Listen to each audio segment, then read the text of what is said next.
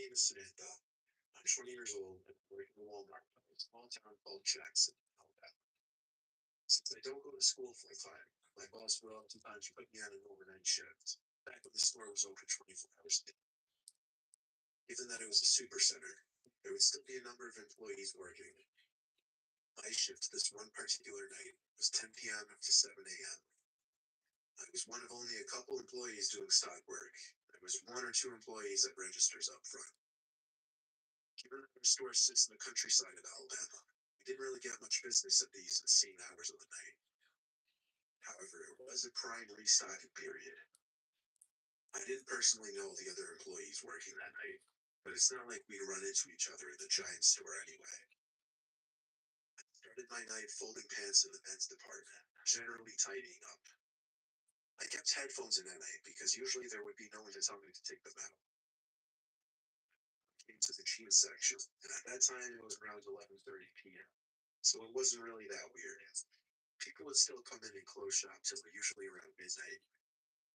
The customer came up to me and asked me if we had any more of the specific pants he found in a different waist size. I apologized and told him only whatever was on the rack. He and walked away. He made accidental eye contact with him as soon as he stood by the rack, putting the jeans back. He walked away, and I continued with my work.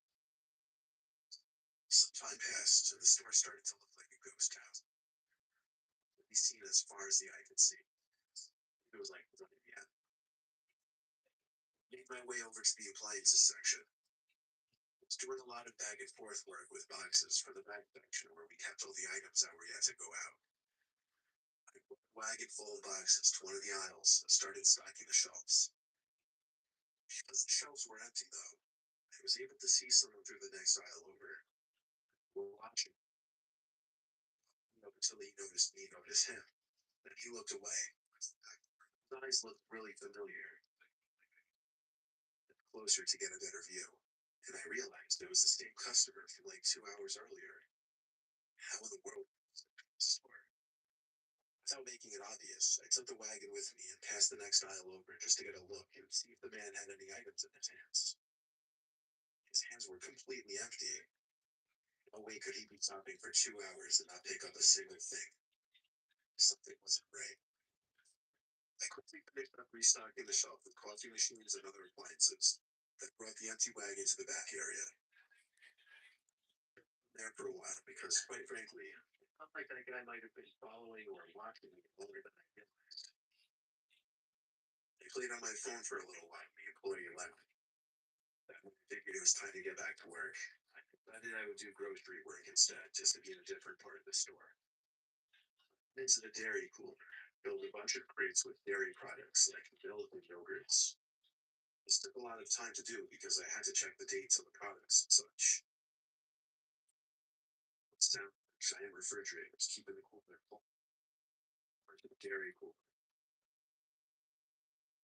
Immediately a gap in the boxes sitting on one of the pallets that allowed me to peek through into the frozen cooler. It was that same customer. I ran to cover under one of the shelves and pushed a big box full of eggs in front of me. I'm not worried about making noise because the refrigerators were full. For anyone wondering why I decided to hide, I already assumed this guy was hanging around the store watching me.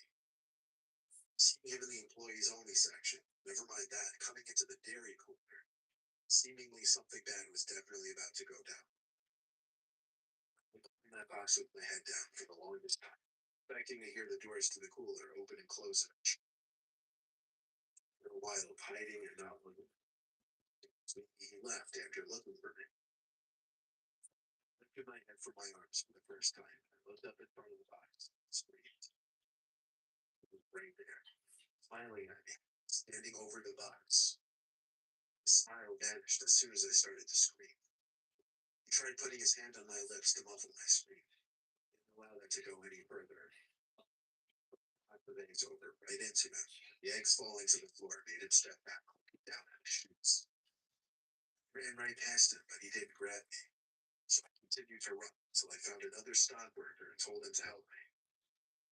The employee's name was Bob, I remember from his name tag. So The man from the dairy cooler came up to the two of us, apologized, explaining that he was from corporate and was coming to make sure everything was running smoothly.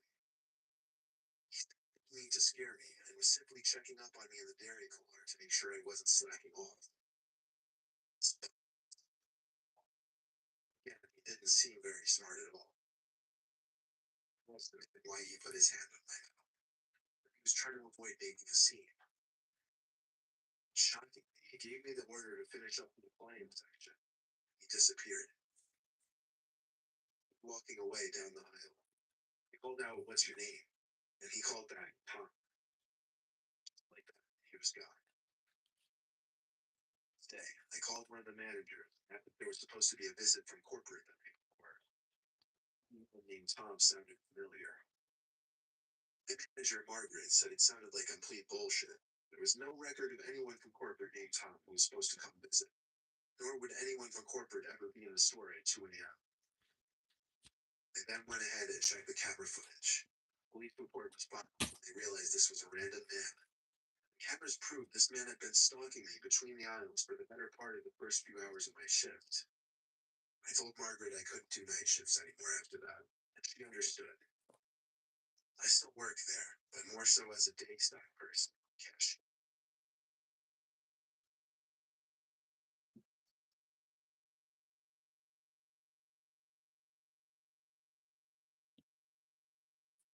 It's one place you can go to and find the weirdest, freakiest creatures in our society. Where in a single Walmart didn't see at least one eye-catchingly strange human being. Oh. Strange does not even cut it for what I'm about to tell you. It was the Thursday before Black Friday. Walmart was open actually. I was in there around 11 o'clock looking for a new laptop. By chance, I picked up off the shelf the last one that was being promoted for a really good Black Friday deal. I grabbed it though. Some big, revolting, dirty looking guy comes up to me and insists he needs a laptop very badly. I nervously said, "I'm sorry, it's the last one." And he got angry at me and started making a bit of a scene. The man clearly wasn't normal. My heart started racing simply because I don't get put on guard in these kinds of situations a lot. As others looked on at the commotion this big guy was making, I walked away with the laptop box quickly and went straight to a line. He kept yelling at me as I walked away. It was unbelievable. Some other customers on the line even tried to laugh at me and make me feel better, thinking the guy was a nut. So, I get home. My family's all asleep already. I go outside to sit in the yard by the pool and set up my laptop. Then the light on the side of the house turned on. The one that turns on due to movement. To check the side of the house to make sure no one was there. I did go off once in a while, like, yeah. There's a small patch of woods right next to the house, so animals would often run on the property, triggering it. Either way, I'm kind of a big pussy, so I went inside, locked the door, and finished setting up my laptop in the living room. Alarm suddenly started going off outside. I recognized it to be my Cadillac. I looked out the window to confirm this. To get my keys upstairs, I tried pressing the panic button to turn off the alarm. It worked from the inside, so I stepped out to the porch and clicked it off. I noticed a car parked in front of our house that wasn't there earlier when I got home. Any cars parked in the street on our block was suspicious enough. We lived in a closed-off community, but everyone was huge threat was. From the stoop, I realized there was someone sitting in the car. I unlocked the door. It's my mom's room. Something outside makes us harm. Situations. My dad doesn't always stay with us. What different story having my dad there to tell about this? Came downstairs with me, noticeably worried based on what I told her.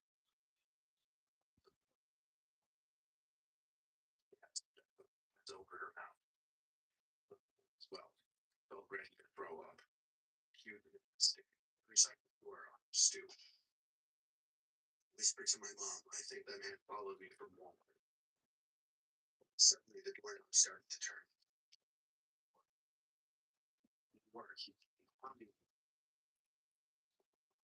against the door. My younger sister came out from her room. Also started to panic with my situation. There was a silence for a while. My mom's voice on the phone with the police. Minutes went by. My mom's still on the line. There's a loud bang and crash downstairs in the den.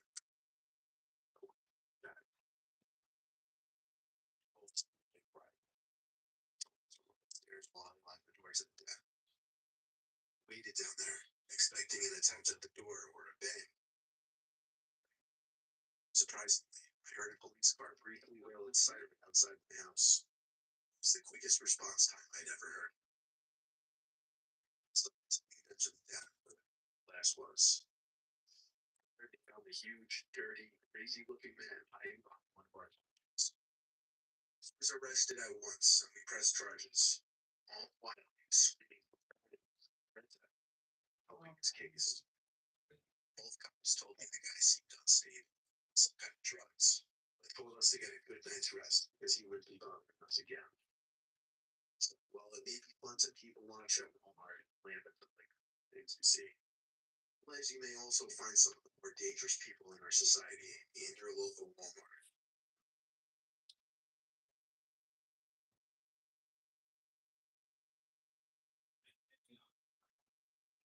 Working the night shift at Walmart is a night stock person. Job when I was finishing college. Needed to pay off my loans, so I had to make money however possible. I didn't deal with customers or anything. Just signed for night deliveries, do warehouse work, and stock shelves at the store during after hours. The typical shift would usually be either 11 to 7 or 12 to 7. July 9th, 2015, Thursday night. I still had a lot into my brain. I was midway through my shift in the electronics department. My eye. I walked past the aisle I was working in. Wouldn't usually catch my attention. Back, two other workers, Alvin and Marco. They were both wearing the same staff shirts I was wearing. I would know because we all clocked in at the same time. The person I saw in the corner of my eye was wearing all blue. So I naturally walked to the end of the aisle and did a little peep around the shelf. No one was there. I yelled both Alvin and Baco's names. So when they didn't answer, it made it even stranger. To work. I was holding in a pee for a while, and I told myself I'd go when I finished working that aisle. Seconds later, there was a huge crash a few aisles down. I went to see what it was. The bicycle was somehow knocked off its hook. The hook was still fine and in place. It seemed like someone would have had to put effort into knocking this down. I hung it back up and started looking around the others. That's the last aisle towards the back of the store, which was the paper cleaning aisle. That was this squeaky ass sound that can best describe as a laugh. It came from the dive over. So once again, I did a short run back to that aisle. Felt like I'm trapped, so I'm interested in all that. By the end of the aisle, back his head turned so that all I saw was only half his face.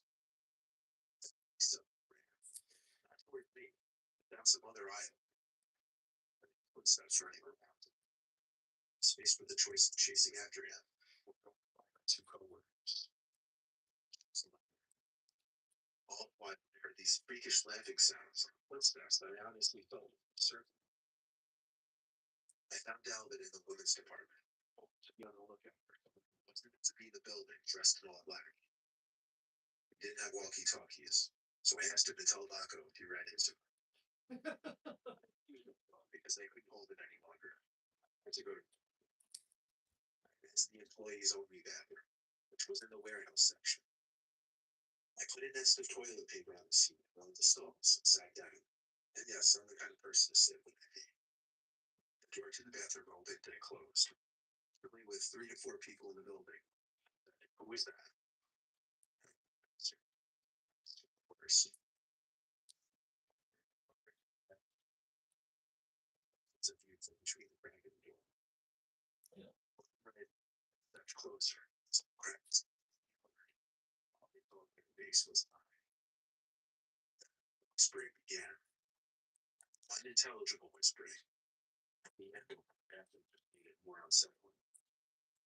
I just remembered I had Alvin's phone number saved on my phone, so I got it out and I called him at once. It's very loud with what I was saying, telling Alvin to get to the bathroom at once and help me. I stayed on the line with him, and watched him on the other side of the stall left one more time, then I ran out of the bathroom. Told Alvin to hurry. 20 to 30 seconds later, Alvin entered the bathroom. He said he didn't see anyone on his way there. He didn't have any security guys working on his floor. Look at the cabinets. Stayed by Alvin the rest of the night, helping out whatever sections he was working. I texted my boss that night. But at 3 p.m. the next day, I read his response. He said all the camera screens returned static footage from the night before. Nobody went and turned them off as far as he knew. I got chills reading his texts. He believed my story and assumed it was related to the cameras. But with no real proof of breaking and entering or trespassing, I don't think there was anything he could do. It was all about my opinion. The only night shift I've ever had where something truly unexplainable happened.